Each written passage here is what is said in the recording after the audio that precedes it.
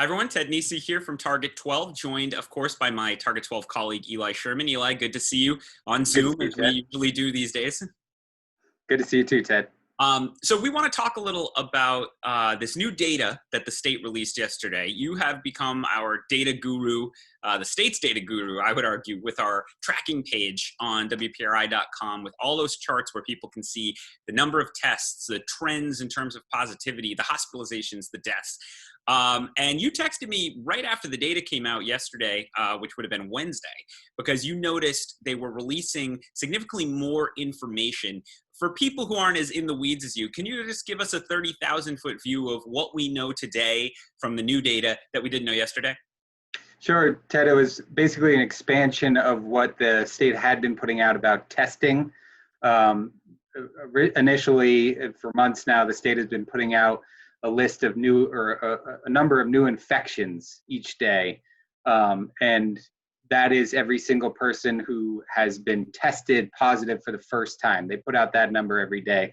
What they did yesterday is that they started to put out the number of people who have been retested positive. So there are certain workers and high-risk individuals across the state who actually get tested more than once.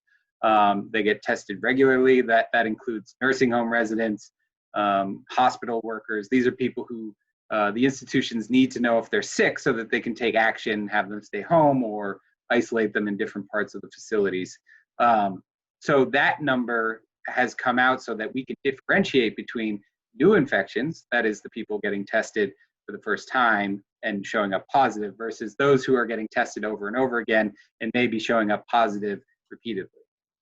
So I want to be super clear so people don't misunderstand. In the past, we haven't been seeing duplicates. So for those who are worried, well, oh, okay, so we haven't had as many cases as we thought. No, they've only been reporting new cases, which means they've actually been undercounting. Well, they've been counting apparently the whole time, but underreporting the number of tests that come back positive every day because they've been leaving out, when they release the public data, the people who got a sort of repeat positive test. We knew they were infected. This test shows they're still infected. Great point, Ted. Yes.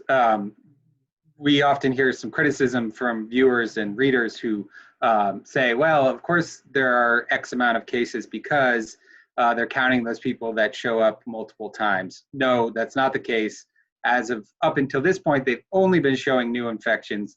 This is actually an expansion of the data that they've been providing so far, and gives a clearer picture into how the testing is administered in Rhode Island, which I should note is doing a much better job on a per capita basis than almost everywhere else in the country.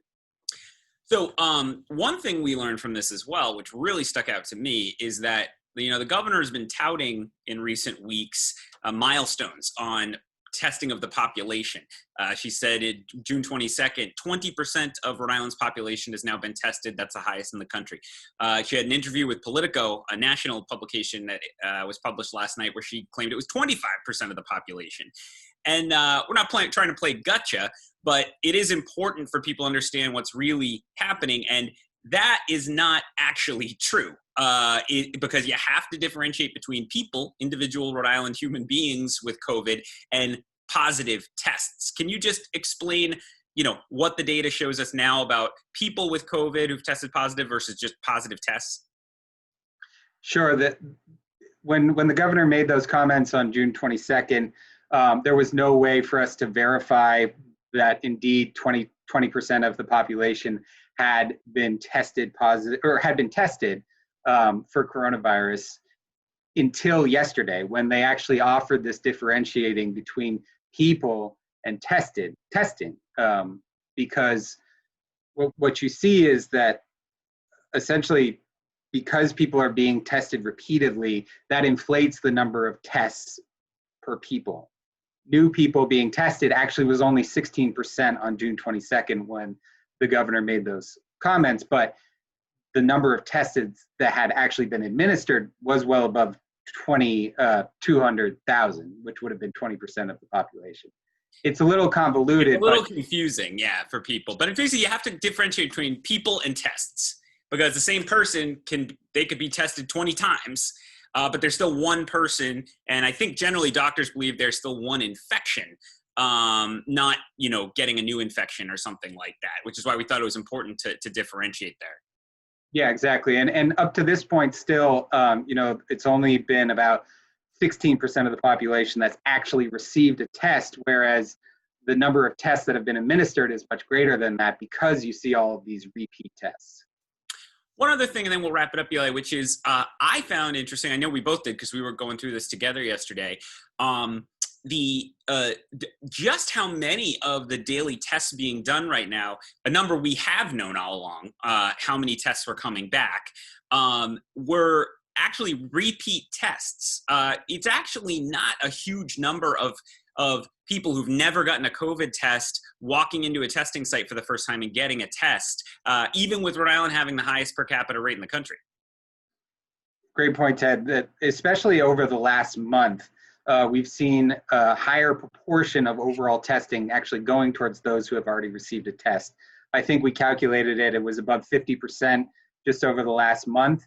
And that's because the state is doing something called surveillance testing. I mentioned at the top, it's sort of a blind testing of people who don't have symptoms, but the state feels like they should be tested because A, they're either in a high-risk job, they're living in a high-risk congregated living setting, or more recently, they've also been offering tests to people who work in certain industries as the state continues to reopen, including things like gyms, hairdressers, and other close contact businesses, as they're called. So you see a greater proportion of tests as of recent going towards those who may have already received a test in the past.